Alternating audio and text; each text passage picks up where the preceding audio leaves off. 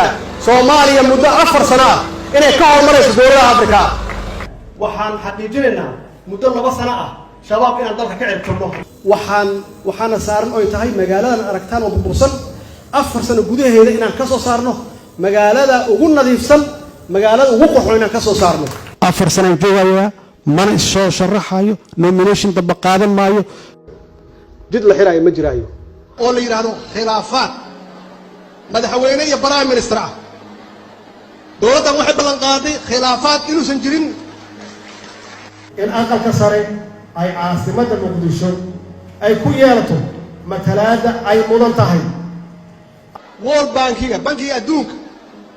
uu nasiiyay dhaqaale deentii ugu horeysay oo Soomaaliya la siiyo burburka ka bacay lacagtani deyn ma aha waa deeq weyn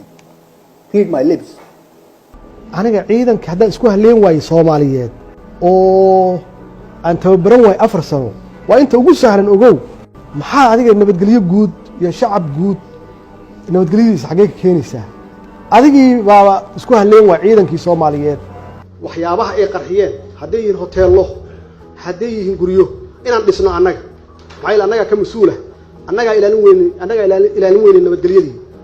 dadka ku dhinta inaan magdhow siino farmaajo ka hor intuusan madaxweyne noqon ma jirin siyaasi ka jeclaa in wax laga weydiiyo xaaladda dalka sababta hadda madaxweyne farmaajo uusan u hor imaan warbaahinta iyo fagaarayaasha su'aalaha lagu weydiiyo madaxda ayaa ah in wax kasta uu sheegay iyo ballan kasta uu qaaday ay been noqdeen waxa uu ku hadlana uusan aqoon haddii ay jiraan beena ka weyn 10 kan fadlan nala wadaag